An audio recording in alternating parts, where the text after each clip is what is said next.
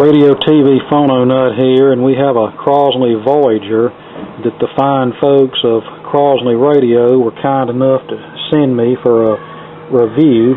No, you know they would never send me any of their products for a review because that would be bad for business. No, I didn't even buy this brand new. I found it very cheap, so I thought, what the heck, let's play around with it.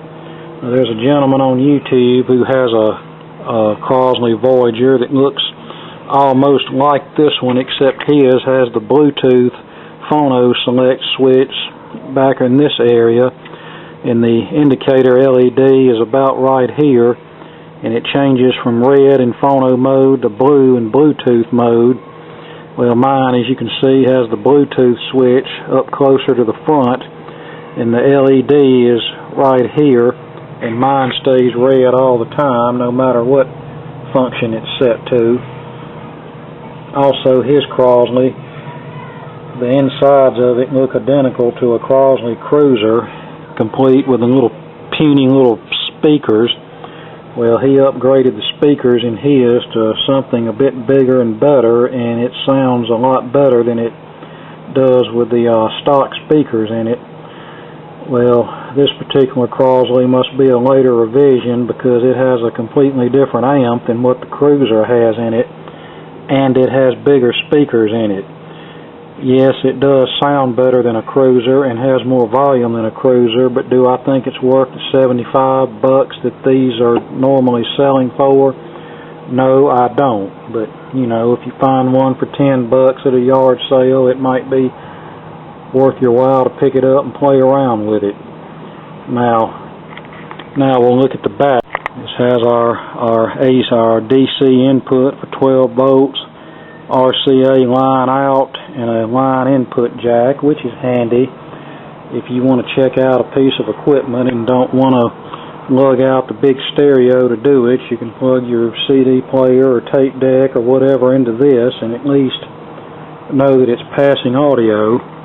Now, whoever slapped this QC sticker on here was, they fell down on the job big time with this one. When I got this, I could hear the motor running, and it was obvious the belt was off, so I removed the platter, and the belt was just laying in the bottom here. After putting the belt back on, it appeared to be tight enough that it shouldn't have fallen off on its own, so I think that was just something that never got put on right from the factory. Also, the auto stop mechanism was turning off before the end of the record, so I had to adjust that, which is a common problem with these. And then the 45 RPM was slow. Even with the pitch all the way up, it was still a tad slow, and 78 RPM was very erratic. And I sprayed some contact cleaner in the selector switch and worked it back and forth a crap load of times, and that seems to have cured that problem. You know, these switches are not the greatest in the world, and I think a lot of times the contacts on them are oxidized from day one, and you know, they just don't hold up well. And also the turntable was lopsided. The left-hand side was sticking up way higher than the right-hand side.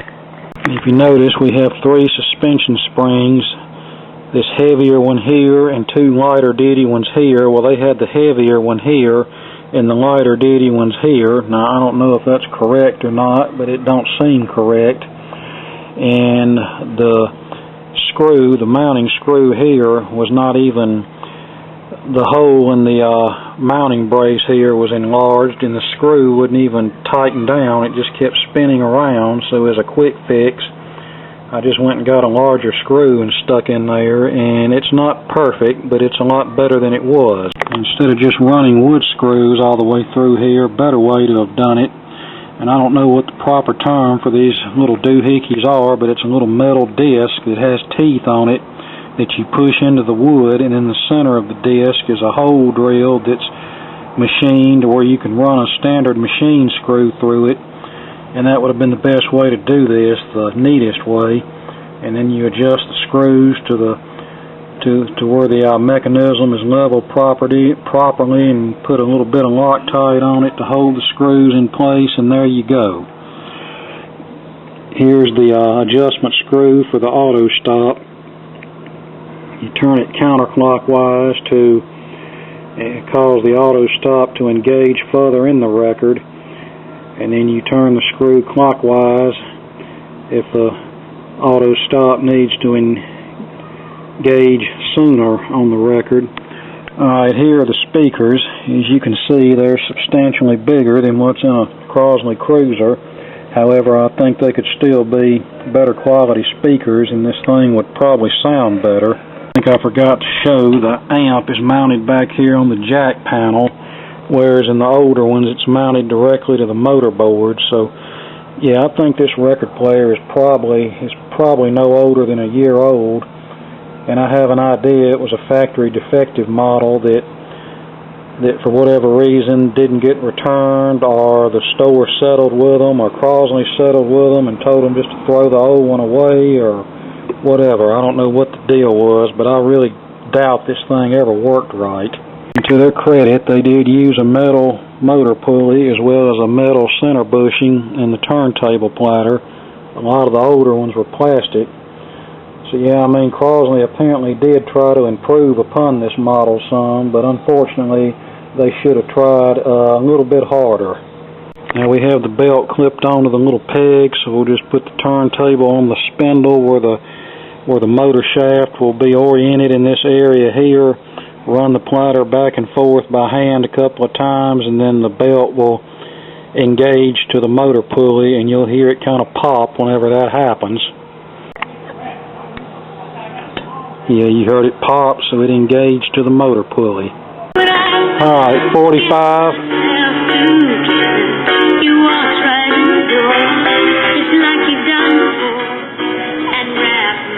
So yeah, I mean, I can just about tolerate this one. Let many know. Soon I'll be there with a glass of wine, where the blue and lonely go. Here's a 78.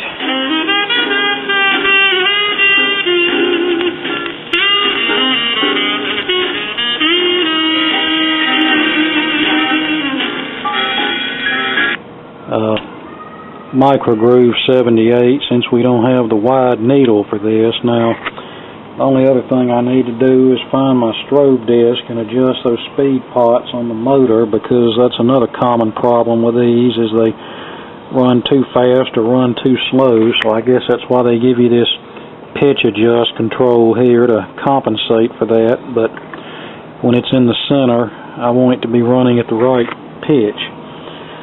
So there you go. Assuming you can find one of these that's actually in good condition and was built correctly in the first place, you know, it might be a decent entry-level player for you, provided you can get it on sale. But, you know, this is still not something that I would recommend you spending your money on. You know, for 75 or 80 bucks, you can put a little more with that and get an Audio-Technica AT-LP60 and a pair of powered speakers and have something that's way superior to this thing. Alright, there you go. The battery's about dead, so we'll cut it off for now, and more to come later.